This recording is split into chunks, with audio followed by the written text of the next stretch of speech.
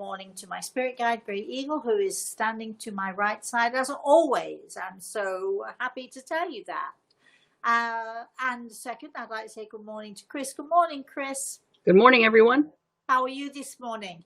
I'm fine and dandy. You're having a great time this weekend, aren't you? Absolutely. Family's in town. It's Yay. been too long. Yeah, nice. To have both the boys together has got to be something special for you.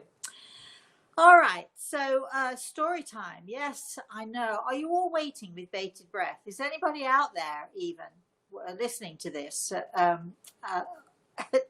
I just, for those of you who watched my little preview of yes, in an hour I'm coming on the show. Yes, I took out my glacé cherries, and somebody's going to say, I know, what are they? They're those cherries that have sticky stuff all over them, but I like to rinse them off, so I've taken those out and I've rinsed them all off, and they're draining beautifully. And there are people who are saying, what is she talking about, cherries? This is, look, hang on a minute, what happened to story time? Yes, well, I'm sort of half into baking the Christmas cake. Christmas cake, I hear you say? Yes. 12 weeks to Christmas cake time. Woo-hoo! I'm so excited. I'm going to be making at least one Christmas cake this year, if not 2 Christmas cakes, or maybe even 3 Christmas cakes this year. Wow. So, you know, usually I don't share my Christmas cakes with anybody, unless, of course, you're at my table on Boxing Day, which is, of course, the day after Christmas, when we have our big Christmas Boxing Day party. Am I chuntering along, Chris? Shall I get going with my story time? What do you think? Oh, I'm excited to hear it. Well, it's sort of a spooky, non-spooky story, and I'm only going to tell a little part of the whole story, because the real story is such a long story. However, here we go. So once upon a time, as all good stories do begin. So once upon a time, a few years ago, in a tiny village in the north of England, there were 3 young men. These 3 young men, one of the young men owned this beautiful old cottage. I think it was something like 15th century or 16th century, something like that. At least a few hundred years old anyway. And over the years it had been renovated, and when this young man bought this cottage, he too renovated. And anyway, he and his brother and his brother's partner used the cottage sort of as an office stroke living quarters, living room, living house. Anyway, you know what I mean. All right, so this story is about the young man's brother and his partner. His partner's name is Ralph. I think I've remembered. Don't know where that came from, but yes, I think that's correct. All right. So one night,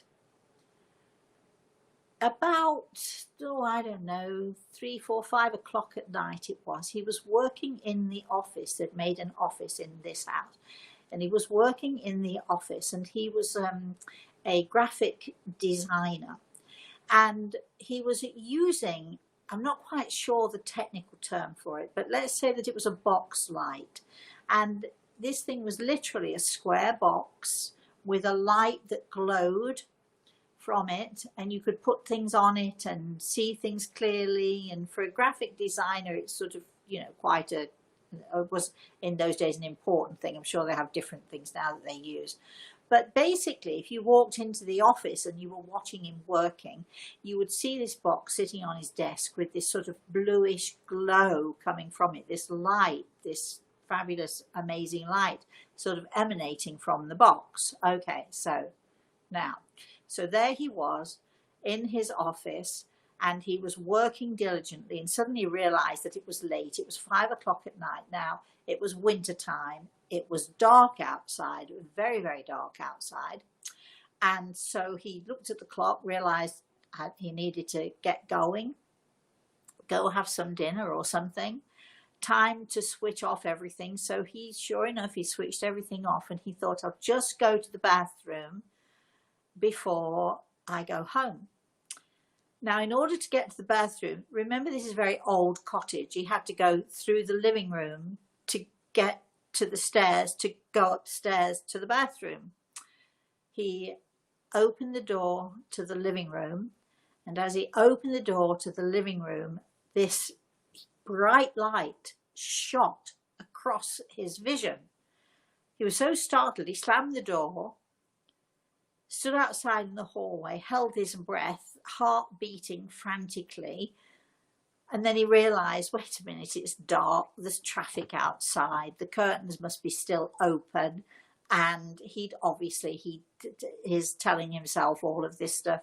He's obviously, it was a car light going past the window and just shot past the window as the car drove past. Simple explanation, easy explanation. So telling himself, you know, how foolish he was being, still desperate for the bathroom, desperate for the bathroom, he opened the door again to the living room and froze. Now, there in front of him, in front of the fireplace, was a little man. This little man was about at least 2 or 3 feet off the floor and bobbing up and down, up and down, up and down, bobbing up and down just like this. Ralph was frozen to the spot, terrified. The weirdest thing was, he explained afterwards, was that even though he could see the man quite clearly, there seemed to be some sort of a hole in his stomach and he could see the fireplace through. The little man bobs up and down, up and down. The world quiets. There's not a sound. Ralph is totally frozen, staring at this little man. The little man is staring at him, bobbing up and down, and suddenly whoosh! And he seems to disappear up into the ceiling. That breaks the spell. Ralph turns and runs. He runs for the door. He doesn't even lock the door on his way out, jumps into his car and races to the next village where the owner of the house, his friend and his partner were meeting, having tea. They were brothers. So he runs into the house and his friend's parents were at the house. They all look at him. He's obviously, there's something going on with him. He's panting like crazy and he just spills everything out. This is what he's seen. He's terrified. He's standing shaking. He's shaking while he's telling him the story. He just does not know quite what to do with this. Then his partner says to him, "It's so weird that you've seen this. I have to tell you that every time I've gone up and down the stairs in that house, it's almost as if somebody's following me." He said, "I turn and look, but there's nothing there." Or he said, "I'm working in the office and I turn and look and there's nothing there." But he said, "I feel as if there's somebody in the house watching." And then the other brother, the other young man who lives in the house, it's his house, said, "Well, I wasn't going to say anything, but I've woken up in the middle of the night and it's as if somebody's been tickling my feet and pulling the blankets off of me. And when I go to the bathroom, it's as if I'm being followed." He said, "But I turn around and I don't see anything." So all three of them begin to tell their stories, and their father, the father of the two boys, is listening to this, and they decide, is it possible that, you know, the place is, could it be haunted? Now, none of them believes in ghosts. None of them believe in haunting. It's, you know, none of them believes any of this stuff at all. So what is going on? What is possibly going on? Now, I'm not sure actually at this point if I've lost Chris. Chris, are you there with me still? I am with you. Okay. Sitting with bated breath. So, all right. It's just that I can't see any comments. I can't see anybody on the right side there. So I just have to keep checking to make sure that I'm not talking to myself here. Oh, you have so many people on, even with their questions starting. So keep Oh, going. okay, great. All right. So now then, was this place haunted or was it not?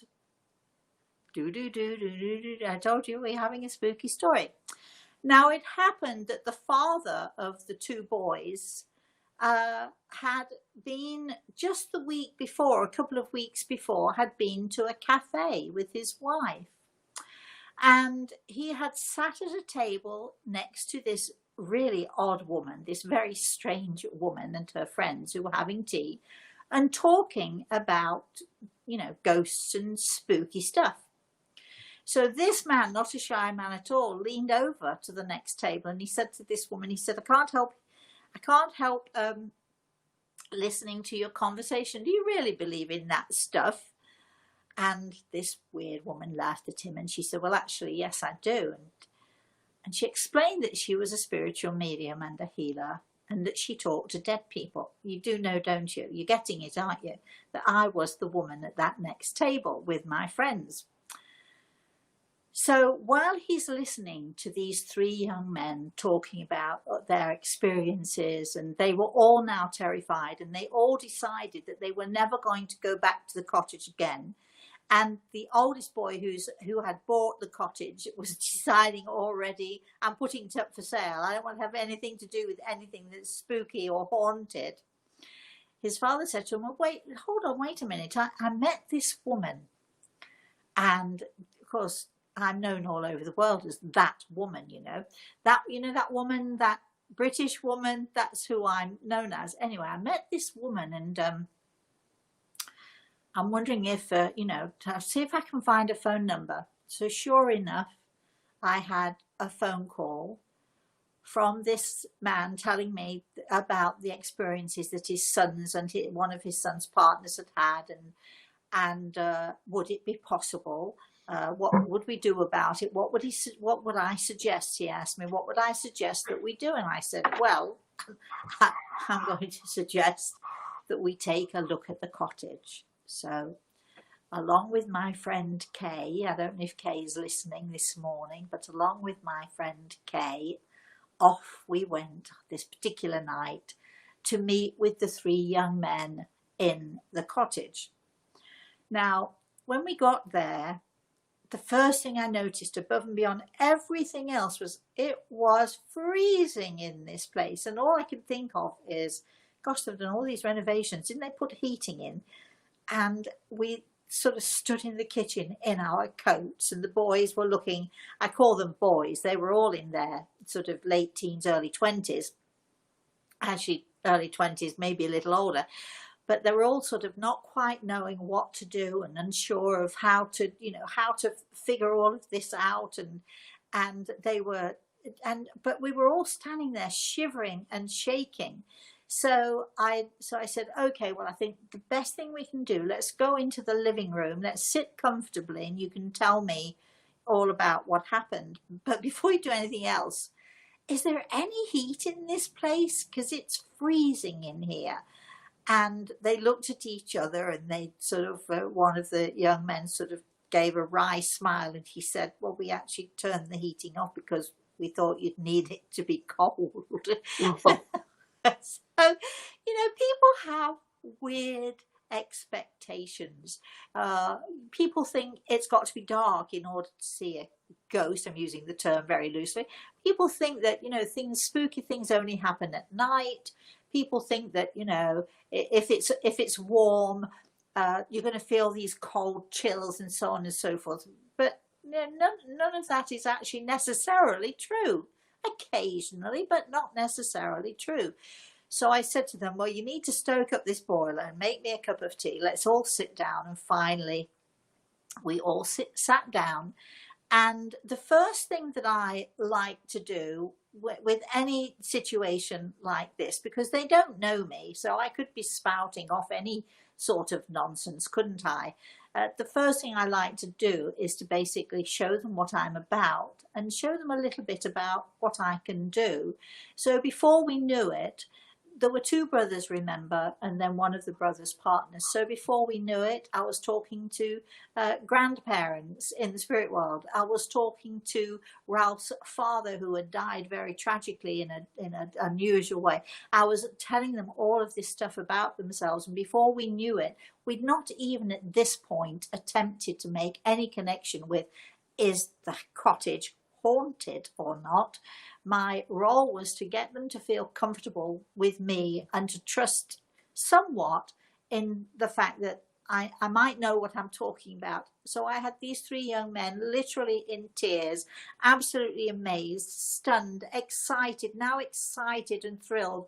Suddenly their nervousness, suddenly, you know, the idea of ghosts was not so horrendous to them, because they were beginning to understand that, you know, there actually are no such things as ghosts. But anyway, now we come to the point of, well, yes, that's all very well and good, but Ralph said, but that wasn't anyone in my family. That little man bobbing up and down was, I didn't know him. Who is he? Who was he? So it came to the point of, well, let's just see then who this old man is. And I knew without being told that he was an old man. And even though Ralph had seen him as a tiny little thing, no, he wasn't a pixie, he wasn't an elf, he wasn't a little gnome, it was just the way that Ralph's perception of being able to see. Sometimes when we see people in the spirit world, we see them as if they are at a distance. And so if you can sort of imagine you're looking at someone almost like looking through a telescope, and you see them and they're tiny, tiny, tiny, aren't they? When you're looking at them from a distance, they seem to be very small. And so Ralph's perception and the way that he was able to see this ghost was that he was seeing him somewhat from a distance. So he seemed much smaller to Ralph than he actually was. So again, now is the time. What are we going to do? Who is this person? Is the cottage haunted? How spooky is this place? And as I've been talking to the boys and talking to their parents, their grandparents, all of those people, their loved ones in the spirit world, as I've been talking to them all, of course, with Gregor by my side, of course, I had been watching and waiting for any sign of anyone else. Perhaps someone connected to the cottage, maybe, or perhaps someone connected to the boys who they didn't know, or might have been a distant grandparent, great-grandparent or something. So I was looking to see what else was going on. And when it came that right time and the boys were ready, I was able to ask Gregor, so this little old man, is he around, and does he want to talk to us? And sure enough, there he was by my side, and so eager to talk, and so ready to talk, and so excited to talk, and so excited to let the boys know that at one point, way back in history, at one point, he had owned this cottage. And from time to time, not often, but from time to time, he'd come back and take a look at it, because he had extremely fond memories of this cottage, and he had extremely fond memories of the area. And it happened that he had decided, for whatever reason, to come take a sneaky look to see what was going on with the cottage, and he came across these three young men. And he became fascinated with them because there was this weird thing that they were using in the office, and he wasn't sure what it was that he was seeing. I mean, was it a ghost that he was seeing? Was it some sort of apparition that he was seeing? What was that blue light that kept coming on and off in the office? The ghost was wondering, is there a ghost in the office? What is that going on? What energy is that? And he didn't understand it, and so he became more and more intrigued. And on the night that Ralph was sitting there with the blue light box on his desk, the old man became so curious that he sort of came really, really close and thought, what is it? What is it? I don't know what it is. And the next thing, Ralph was looking at him. He was looking at Ralph, and wow, and that's what happened. But also the old man had become very fond of these three boys. He'd sort of, gotten to know them and gotten to like them, and loved the energy in the house. And the older brother who owned the house, he just thought, well, he'd have a little bit of fun with him, and yes, tickle his feet in the middle of the night, and yes, he did follow them around, and yes, but he was just simply curious.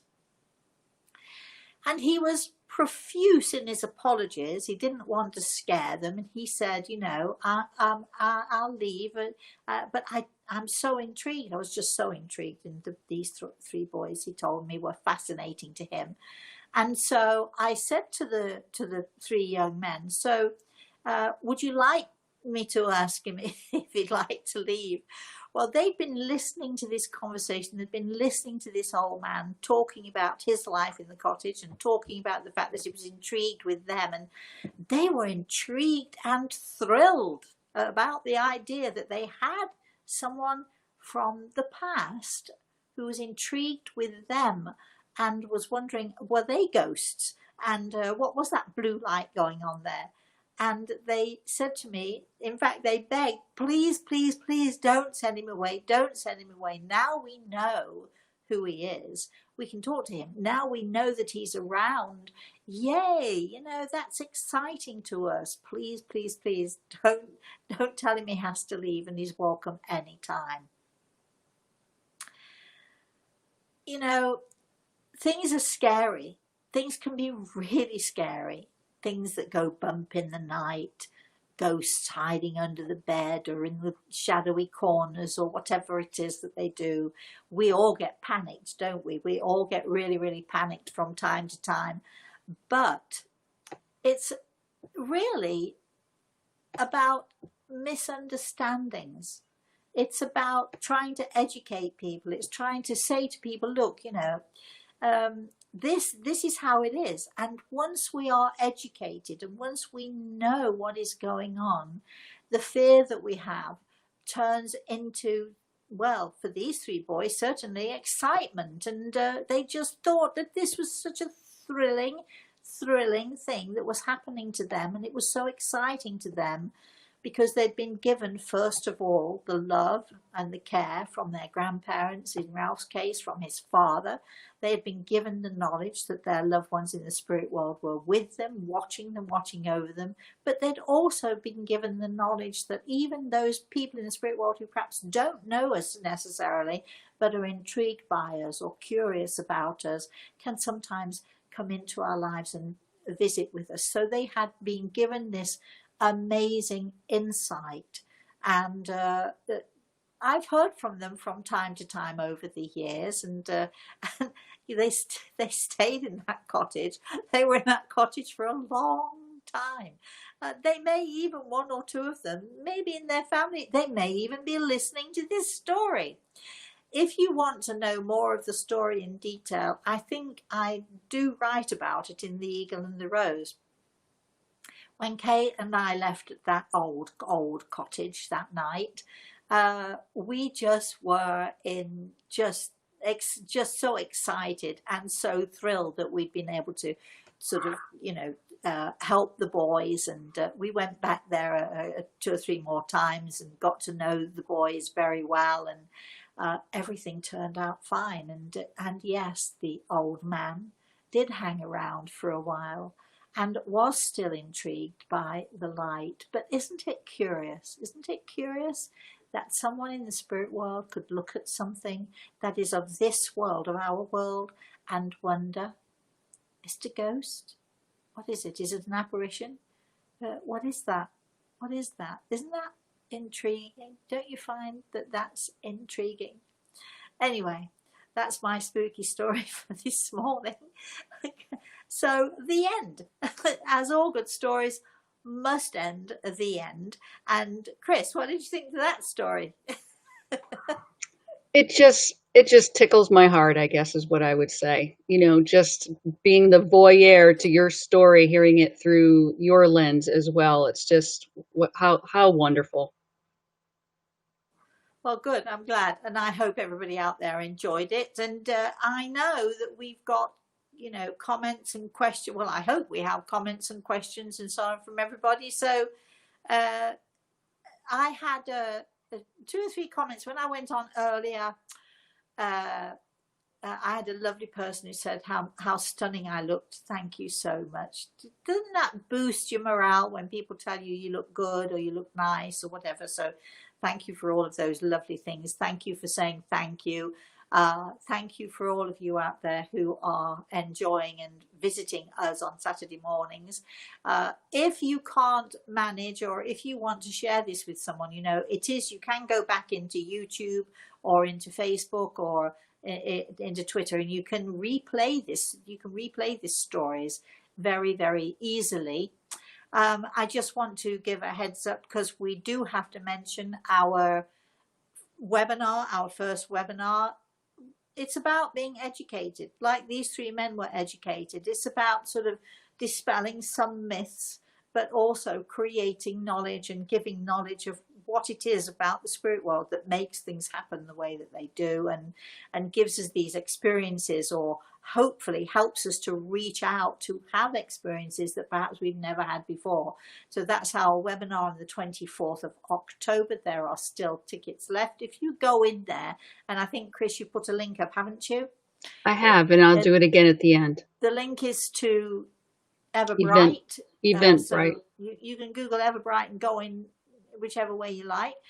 Tickets are still available. If it says it's sold out, don't listen to it. Just keep going ahead, forge ahead, and just buy your tickets, because there are tickets. We're having a small affair, a small group, because this is our first webinar, our tester. But we're really looking forward to it, right, Chris? Absolutely. So, okay then, let's go with some, shall we try for some comments? Yes. So you have, as usual, your worldwide fan club coming in from all kinds of different places, the Netherlands and Italy and all over the US. And so they're all saying good morning. We have a bunch of comments about your Christmas cake. They want to try your Christmas cake, and they want to know more about your Christmas cake. All right. Well then, let me see then. Why don't we post the recipe then? Or you could buy the recipe book. I have my own recipe book, and the picture is in there. If you remind me, Chris, next week, I shall have made the Christmas cake by then. If you remind me next week, I'll show you pictures of the cookbook, and I'll show you pictures of the Christmas cake, because we decorate it. But you can also go to YouTube and find my Rosemary Altea in the kitchen, and you can see me decorating my Christmas cake with my grandson Reese, because every year we make a little video, and every year he helps me to decorate. Unfortunately, he loves to put decorations all over the cake. Whereas when I make the cake by myself, which I haven't in a long time, but when I make the cake myself, it's a little bit more sophisticated looking, but we don't care. I bought all these fabulous little things actually on Amazon with they were sort of like for dolls' houses, or to decorate miniature Christmas trees. I bought sort of this whole packet of things: little Santa Claus, pixies on a sledge, you name it, reindeer and Christmas trees and all sorts of things. The whole packet of them. Horseshoes and mistletoe and so on and so forth. Just go to Amazon, you can see all those things, and they end up all the way around the outside of the cake, because Reese just can't resist. Let's just put this one here and put this one here. So if you want to go to my YouTube channel, Rosemary Altea in the kitchen, you can actually see I think it does show you making the cake, wrapping the cake before you put it in the oven. Somebody actually said, oh, was it you, Chris, this morning, that your son heard me this morning talking about this Christmas cake? And he said, I would never, ever go do that hard work to make a cake. It really, honestly, isn't hard work. It's just step by step. So this morning I rinsed the glacé cherries. You can get them on Amazon. So promoting Amazon this morning. I went to the supermarket. Nobody. Oh, we only have those at Christmas. Well, you have to make this cake weeks before Christmas. So I just went on Amazon and got them there. And glacé cherries, the red ones, and rinsed all the gungy stuff off of them. And then you have to soak the fruit in brandy. And then what else do? You mix it with flour and all sorts of other good stuff, spices and so on and so forth, and different dried fruits. And in it goes. It is not, for those of you who are thinking American fruit cake, there is nothing worse, in my opinion, than an American fruit cake. It is the nastiest, driest thing you ever ate. This cake is a Victorian recipe. It's a little bit of tweaking by me, but it is a fantastic cake. But you feed it every single week with brandy, an ounce or two of brandy every week for at least 6 to 8 weeks, and all the fruit ferments. And oh my gosh, I love this thing. Then you can decorate it or otherwise. Go to YouTube, go to Rosemary Altea in the kitchen, and you can see me with my grandson decorating the cake. I do make my own marzipan. If you want the recipe, just let me know. Right, Chris, that's all I'm saying about the Christmas cake. That's it. It is so rich, because I've had some slices of that cake. It is so rich. Beautiful, though, don't you think? Oh, yeah, absolutely. It's not rich and sickly sweet. It's just yummy. Anyway, enough about the cake. We're moving on. All right. I think that's all the comments. They're already into questions. Okay, go for it then. Let's go for it. Okay. Jacqueline says, good morning, Rosemary. Good morning. How do you see when someone is about to go to heaven when you're a medium? My father-in-law is in the hospital right now. Well, there are different ways of seeing. So if you're a medium, if I were, looking at situations right now, if I wanted to know how a patient was doing, of course, my first thing would be to talk to Grey Eagle, because I have Grey Eagle by my side, and Grey Eagle would actually say to me, if it were important, or if I needed to know, he would say to me, he's only got a day or two, he's on his way out, or he seems to be on his way out, but don't worry, he's got a little bit longer yet, or whatever the situation calls for. But as a medium, and I know this isn't quite the question that you asked, but as a medium, if I am with someone who is actually in the process of leaving their body, which I have been many, many times.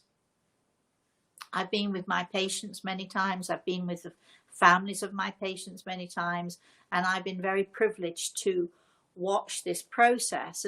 And as a medium, seeing energy, connecting with energy, you can sometimes, not always, but sometimes you can literally see the movement of the spirit, the etheric body, the spiritual body, same shape, same size as our physical body. The etheric body will start to lift, it will start to move, it will start to rise.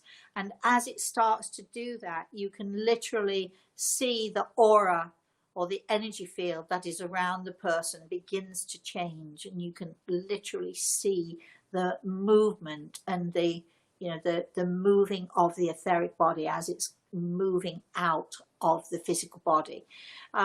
And it's quite a fascinating process.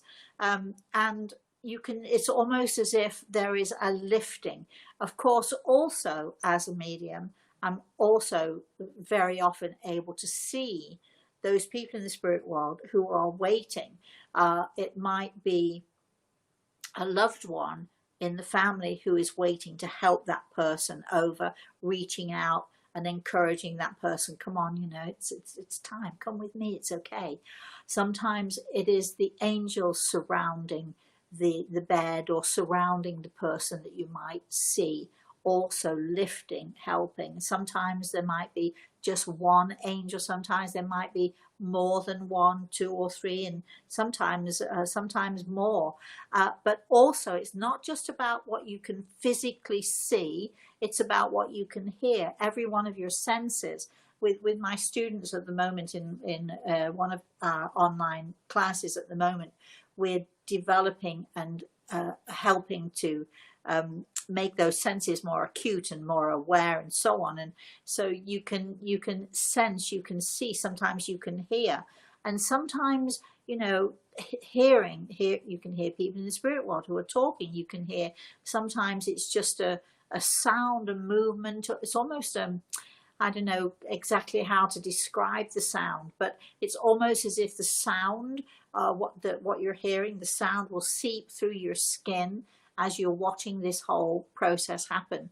It's a fascinating, but it's also a very beautiful process, because at that point of lifting and moving, however afraid someone might be prior to their passing, at that moment of lifting, the fear disappears. There is no fear anymore. There's just a feeling of warmth, of love, and of contentment. The light, as the etheric body leaves the physical body, the light becomes brighter and brighter, and it can be actually almost a blinding light, so you don't see anything anymore except the light, but you can hear, you can sense, you can feel what is going on. But it is truly a really beautiful process. Chris? Well, that was wonderful to hear. Yeah. Yeah, I really should have saved that one, shouldn't I, for the webinar? But I'll describe other situations that I've seen, and you know, and how again, sort of going back to the webinar, people often, because in the books that I write, I talk about how I'm able to sort of go down and back, and the way I describe it is going down and back and through the hole. And what does that mean anyway? It doesn't make any sense, does it? But when I'm talking about going down and back and through the hole, it isn't so much that there is a hole. It's going down and back and through time and space, going back to a time when somebody died, or going forward to a moment where or going into the present, but going into somebody's house, going into somebody's business.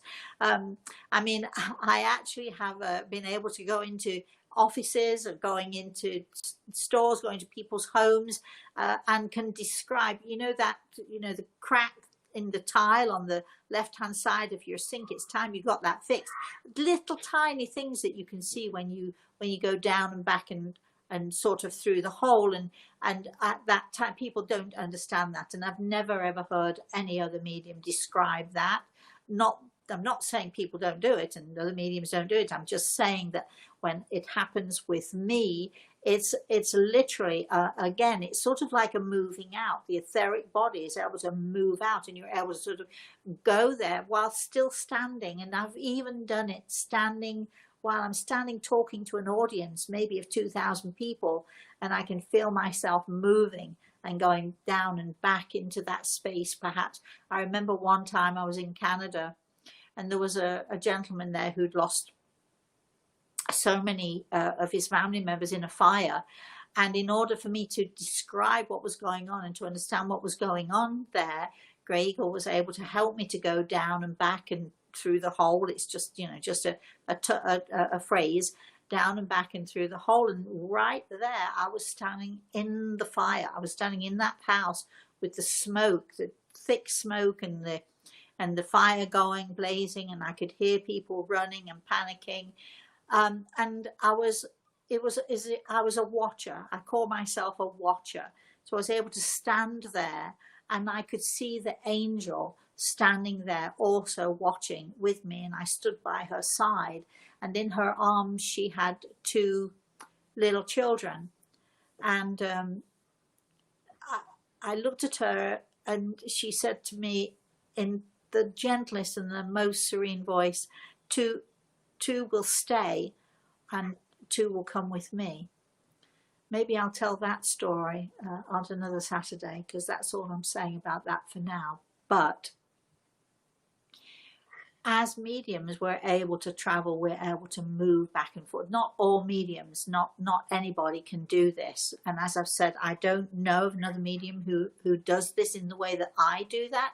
Maybe it's something that's just individual to me personally, but it's almost like having a bird's eye view of what happened with all the most minute and intricate details, what happened.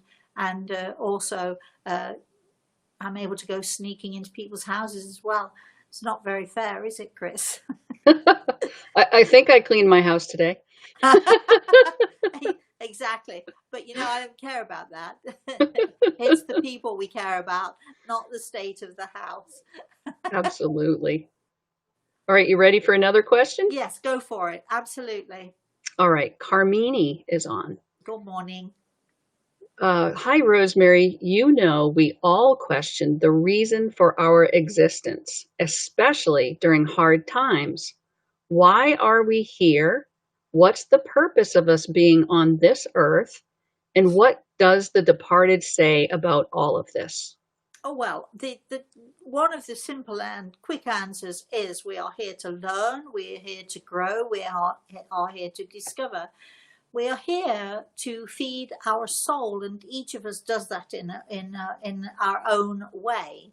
There are so many. I know, darling, you just said, and I agree with you. We all want to know why we're here, but the truth of the matter is, most people don't even give it a thought. They're so busy.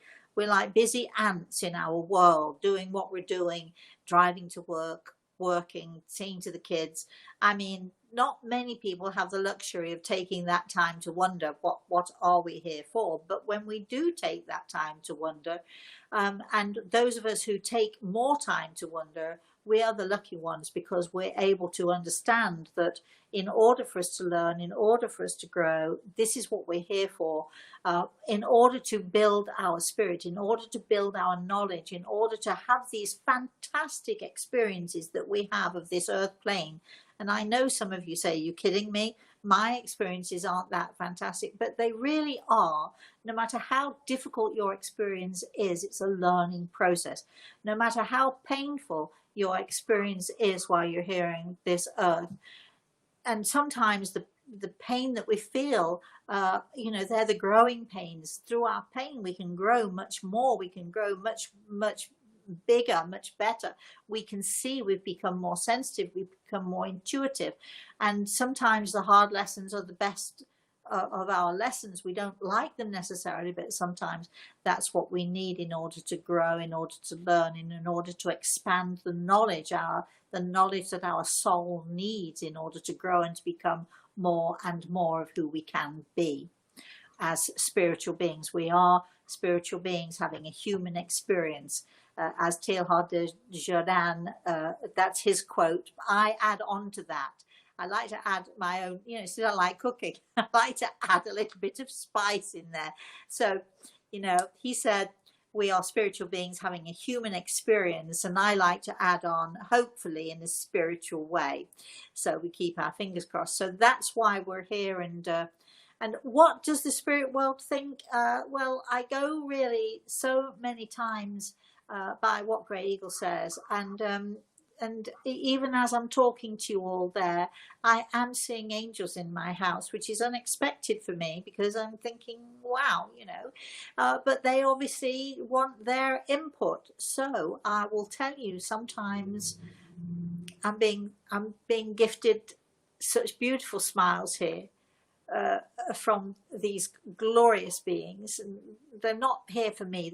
Well, they are here for me, but they're here for all of you too. But sometimes they tell me they look at us with sad eyes.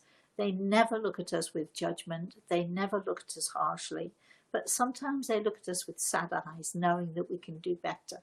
And when we do better, when we strive to do better, when we give kindnesses, or when we sort of share our love, or when we do things that are just nice things to do, then they look at, then I'll give it to you in their words, then they look upon us joyfully. There you have it, Chris. Didn't expect that this morning. I'm sort of a bit overwhelmed here. I was going to Right. say, I think I have tears coming too. Wow. Yeah. Sorry. Yeah, I'm getting a bit watery here. That was very unexpected for me.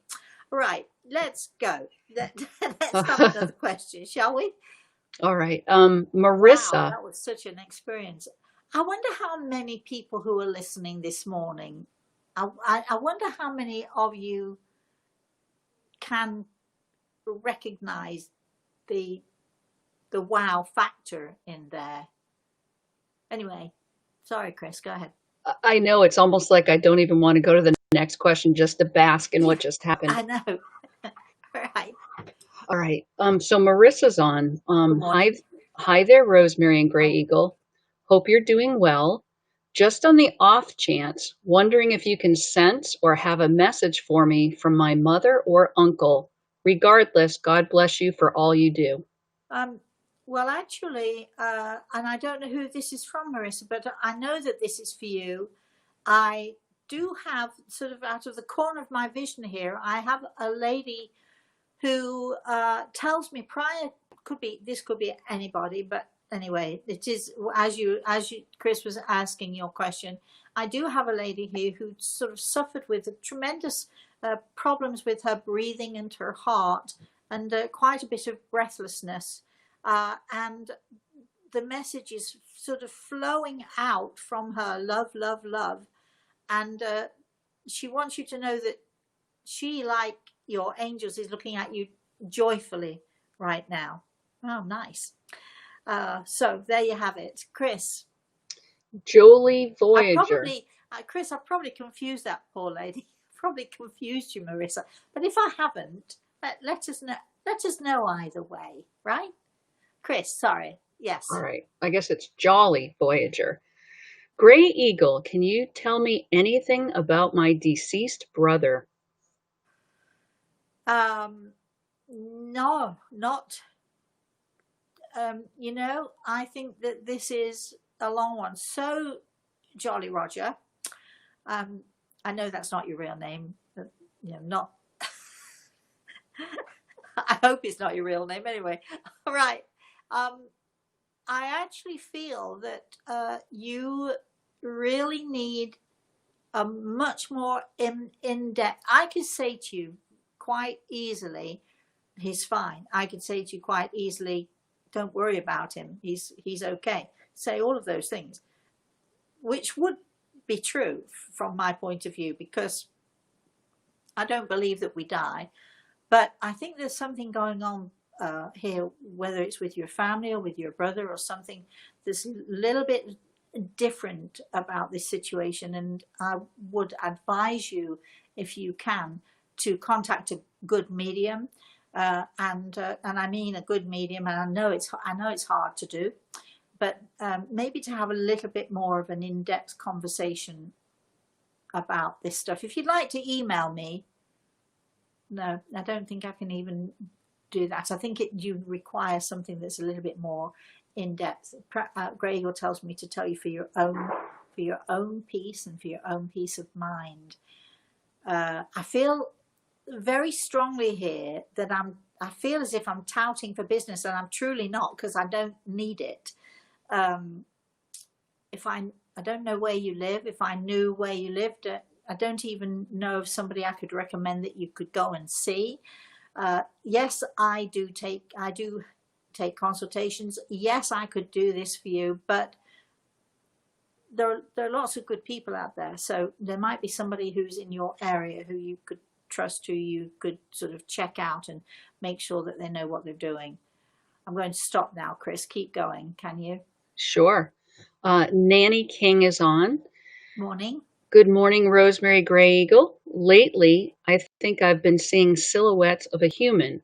I turn quick and it's gone. Am I losing my mind? Haha.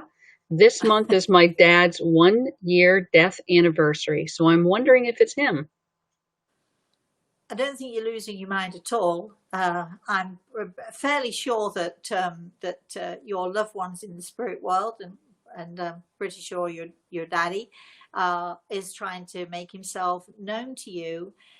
sometimes we do see, and again, I'm going back to the webinar for a little bit, because I'd like to, as we're doing the webinar, I do want to give people a heads up or little tips as to, how do we know if it's your imagination, or how do we know if it's real, and how can we look, and how can we see our loved ones in the spirit world?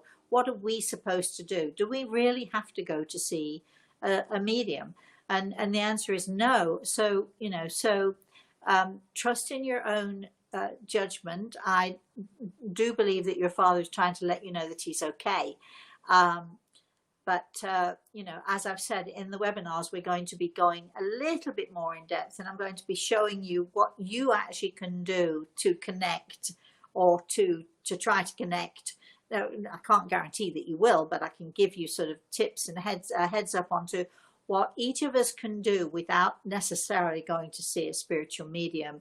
There are so many things that we can do where we can connect with our loved ones, and we can be sure that it is real and not our imagination. Let's move on, Chris, shall we? Absolutely. All right, Pam is on. Good morning, Pam. I'm wanting to ask a question of you, Rosemary. I am wanting to know if my deceased husband approves of my current relationship. It happened sooner than what I thought it would. Well, let me see.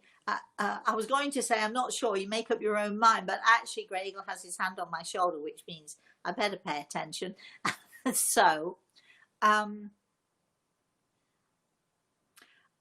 understand this is a little bit of a whirlwind. You've told me that it's sooner than that it was meant to be.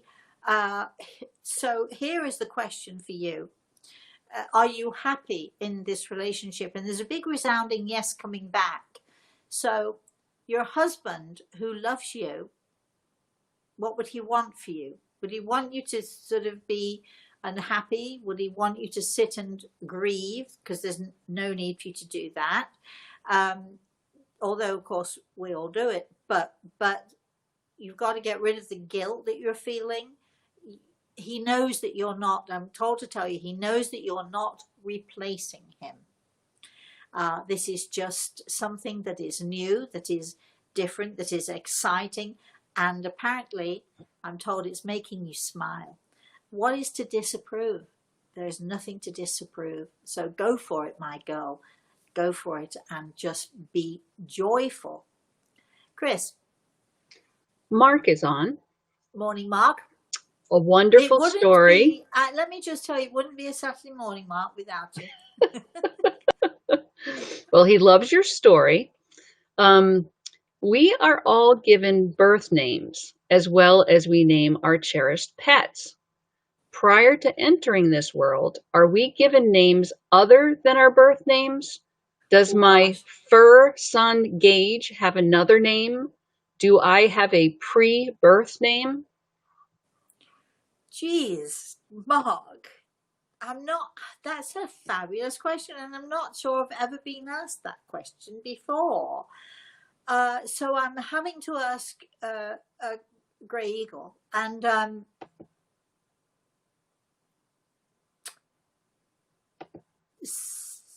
so I'm not quite sure how to handle this, but I think it has to do with initials, and I think it has to do with what place you're in the moment. I don't think this is a simple question that I can answer with a yes or a no. So the name that we have is a name that we should treasure. This is what I'm being told to tell you. And the name that we have is the name that we should treasure. I know that some people don't like their names and so they change them, but that's also okay. It's not about what you call yourself. It is about who you are. I'm going to tell a very quick story. In years and years ago, in one of my with one of my groups, with one of my students, we were sitting one night, and we had this fantastic old lady. I know it's another story that's coming. This old lady, I used to refer to her as the little old lady with no teeth, and she would literally use my body and talk to my students. She was a terrifying person. She was so strict. She was so stern. She was amazing. And whenever she came to our group, she would give us the details, the most minute, incredible details. She was amazing. But there was one night when she went around the group of us and she asked, who are you? To each one in the group, who are you? And people would answer, oh, I'm Rosemary, or I'm Jacqueline, I'm David, or whoever. And they would, and she would again, who are you? Who are you? Well, I'm David, and I'm this and this. And it took a while before everybody went around the group. And finally, one student finally got it and said, I am. That's enough. That's all we are.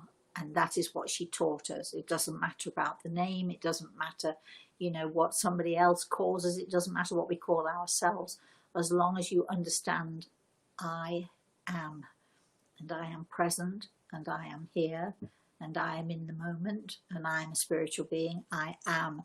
That's all we need to know. I don't know if that answers your question, Mark, but it's the best I can do this morning. Chris. Flowers on. Morning, Flower. I'm curious about the beautiful necklace that you wear often, the one you have on now. I'm wondering what it means to you. Well, right. The necklace and the chain are separate. I'm not sure we should be talking about jewelry. I got this. It's Victorian gold, and the chain is a fob chain that used to be used on a fob watch. So that's what that little thing is. It used to hook into the watch, and I put that on this. It's a locket. It opens, and are there pictures inside? That's for me to know, and you will never find out unless one day my daughter, when I'm dead, my daughter tells everybody what's inside. But it means a lot to me because I just assume, you know, sometimes you see a piece of jewelry or you see something and, you know, it calls to you. And this is one of those things that called to me. It came without a chain of any description. And so this is why I got the fob watch, because I like the weight of the fob watch. And thank you very much for mentioning it. And is it a family heirloom? Actually, my daughter thinks it is. So it's a family heirloom to her, but not from any one of my ancestors. My family couldn't possibly have afforded anything like this. We were working class, good old working class, and something like this would, as far as I know, was, of course, unless my sisters stole off, which they did actually steal all the other stuff. I think about it. I can't remember seeing any sort of nice piece of jewelry that I could consider an heirloom, though. That's we're getting a bit close to the bone here.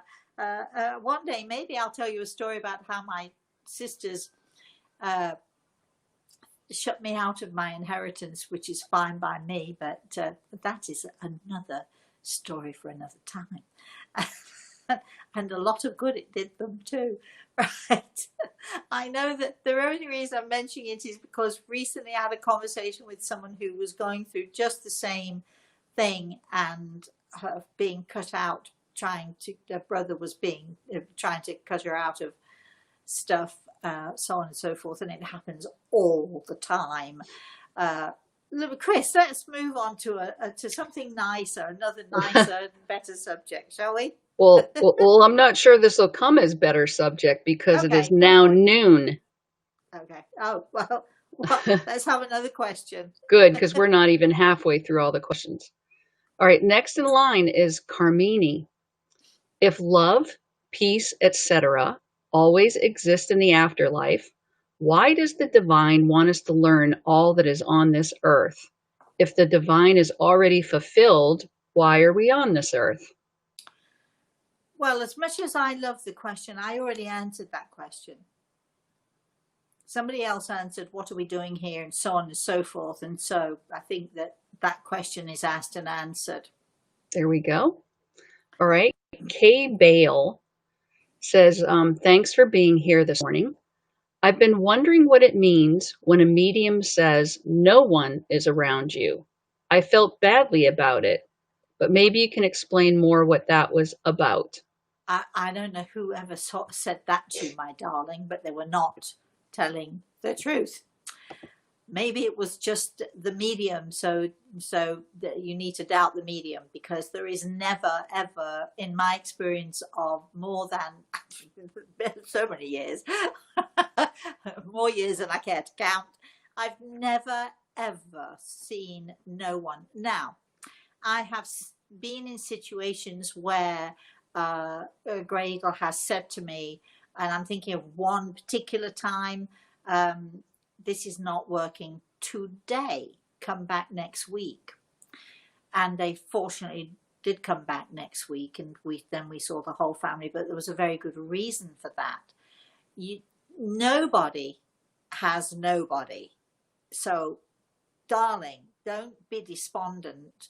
Don't ever go back to see the person who said that to you, because they don't know what they're talking about. It isn't true. Chris, Betta did I says, say that firmly enough? I think you got your point across. Okay.